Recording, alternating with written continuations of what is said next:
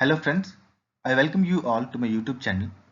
दोस्तों, आज हम लोग असिस्टेंट प्रोसिक्यूशन ऑफिसर यानी कि अभियोजन पदाधिकारी की जॉब वैकेंसी के बारे में डिस्कस करेंगे। दोस्तों, कुल मिला के 300 सीट्स है फॉर दिस पर्टिकुलर पोस्ट। चलिए हम लोग देखते हैं कि किस तरह से ये 300 पोस्ट को बाइफरकेट किया गया है with reference to reservation policies. तो दोस्तों, आप देखिए अनरिजर्व कैटेगरी के लिए टोटल 125 सीट्स है, जिसमें से 41 सीट्स वुमेन के लिए रिजर्व है। ये 35% होती है reservation for women. Economically weaker section के बारे में बात किया जाए, यानी कि आर्थिक रूप से कमजोर वर्ग, उनके लिए 29 सीट्स है, जिसमें से 10 सीट्स रिजर्व है फॉर वुमेन। शेड्यूल कास्ट, इनके लिए 42 सीट्स है, जिसमें से 15 सीट्स रिजर्व है फॉर वुमेन। शेड्यूल ट्राइब के लिए 7 सीट्स है, जिसमें से 2 seats reserve for women. Economically backward class, इनके लिए 64 सीट्स है। Sorry, not economically backward class, extremely backward classes, इनके लिए 64 सीट्स है, जिसमें से 22 सीट्स रिजर्व है वुमेन के लिए। बैकवर्ड क्लासेस के लिए 25 सीट्स है, जिसमें से 9 सीट्स रिजर्व है वुमेन के लिए। और बैकवर्ड क्लासेस के वुमेन के लिए 4 सीट्स रिजर्व है। दोस्तों, इसके अलावा फर्दर जो रिजर्वेशन पॉलिसीज है, उसके बारे में मैं स्लाइड में शेयर किया हूं, आप रिफर कर सकते हैं। अब चलिए देखते हैं एजुकेशन क्वालिफिकेशन क्या रखा गया है।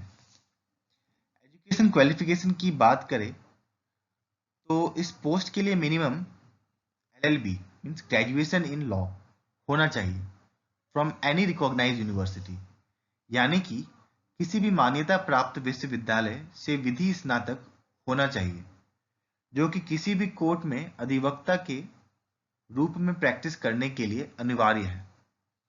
अगर एज लिमिट का बात किया जाए तो as on 1st of August 2026 minimum age limit is 21 years.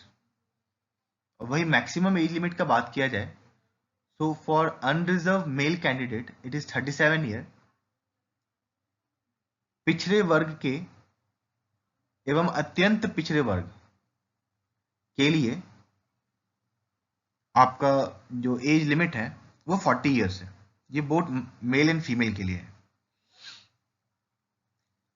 अनुसूचित जाति तथा अनुसूचित जनजाति मीन्स SC ST, इनके लिए भी 42 ईयर्स है एज अ मैक्सिमम एज। साथ ही अनरिजर्व कैटेगरी के महिला के लिए जो मैक्सिमम एज है वो 40 ईयर्स है। दोस्तों, अब हम लोग बात करते हैं कि सिलेक्शन किस तरह से होगा। ये एग्जाम बीपीएससी कंडक्ट कर रही है, तो आपका सिलेक्शन प्रोसेस जो नॉर्मली बीपीएससी में होता है वही प्रोसेस इसमें फॉलो होगा। पहला प्रिलिमिनरी एग्जामिनेशन होगा, जिससे बेसिकली स्क्रीनिंग किया जाएगा। स्क्रीनिंग करके फिर मेंस एग्जाम के लिए कैंडिडेट को कॉल किया जाएगा। फिर मेंस एग्जाम के बाद इंटरव्यू होगा, जो पर्सनालिटी टेस्ट बेसिकली होता है। फाइनल मेरिट जो प्रिपेयर होगा वो आपका मेंस और इंटरव्यू के स्कोर के बेसिस पे होगा। तो चलिए जानते हैं दोस्तों कि प्रिलिमिनरी एग्जाम्स प्रीलिम एग्जामिनेशन का सिलेबस क्या है, मेंस का सिलेबस क्या है। चलिए मूव करते हैं टू द नेक्स्ट स्लाइड। दोस्तों, प्रिलिमिनरी एग्जामिनेशन का बात किया जाए तो इसमें जनरल स्टडीज जो है ये 100 मार्क्स का है। 100 क्वेश्चंस भी रहेगा, पर क्वेश्चन 1 मार्क, 2 घंटे का पेपर होगा। ये पेपर 2 जो है ये लॉ का पेपर है। ये 150 मार्क्स का होगा, 100 क्वेश्चन पूछा जाएगा, इसमें भी 2 घंटे आपको दिया जाएगा। तो कुल मिला के आप देखें तो 250 मार्क्स है 200 क्वेश्चंस का। ये पूरा आपका एमसीक्यू होगा। एमसीक्यू यानी कि आपका ऑब्जेक्टिव टाइप क्वेश्चंस रहेगा, ऑप्शंस दिया जाएगा, उसमें से एक आपको सिलेक्ट करना है। क्वेश्चंस हिंदी और इंग्लिश दोनों में अवेलेबल है ना। ये आपका प्रिलिमिनरी टोटली आपका क्वालिफाइंग नेचर का एग्जाम होगा। इसका मार्क्स काउंट नहीं होगा। फाइनल मेरिट लिस्ट जो प्रिपेयर होगा, जिसके बेसिस पे आपका सिलेक्शन होगा, आपको जॉब मिलेगा, उसमें इसका मार्क्स को कंसीडर नहीं किया जाएगा। देखिए क्या आपका कट ऑफ रहेगा for calling a candidate to mains examination, ये मैं आपको स्क्रीनशॉट शेयर किया हूँ एडवर्टाइजमेंट का, आप इसे एक बार देख सकते हैं। दोस्तों चलिए आगे बढ़ते हैं और जानते हैं कि जनरल स्टडीज जो पेपर 1 है और लॉ जो पेपर 2 है उसका सिलेबस क्या है। पेपर 1 जनरल स्टडीज सिलेबस में आपसे पूछा जाएगा current affair and general knowledge. Current affair में आप बिहार को थोड़ा ज्यादा फोकस में दीजिएगा, क्योंकि देखा गया है कि बीपीएससी का जो एग्जाम कंडक्ट होता है उसमें बिहार से अच्छा खासा क्वेश्चन पूछा जाता है। फिर जनरल साइंस का बेसिक्स क्वेश्चन पूछा जाएगा, Indian history, culture, polity, geography of India, है ना, ये सब क्वेश्चंस आपको इस टॉपिक से पूछा जाएगा। पेपर 2 जो लॉ है उसका भी सिलेबस स्पेसिफाई किया हुआ है एडवर्टाइजमेंट में। भारतीय न्याय संहिता 2023 जो आईपीसी को रिप्लेस किया है, ये एक पेपर रहेगा, इसके अंदर पूछा जाएगा। भारतीय साक्ष्य अधिनियम 2023 जो एविडेंस एक्ट को रिप्लेस किया है। भारतीय नागरिक सुरक्षा संहिता 2023 जो सीआरपीसी को रिप्लेस किया है। इसके अलावा सिविल प्रोसीजर कोड 1908 आपसे पूछा जाएगा। फंडामेंटल कॉन्स्टिट्यूशनल नॉलेज भी पूछा जाएगा, कॉन्स्टिट्यूशन का फंडामेंटल नॉलेज पूछा जाएगा। ये तो हो गया दोस्तों प्रीलिम्स का सिलेबस। अब मेंस के बारे में बात करते हैं। मेंस में कुल मिलाकर के 8 पेपर रहेगा।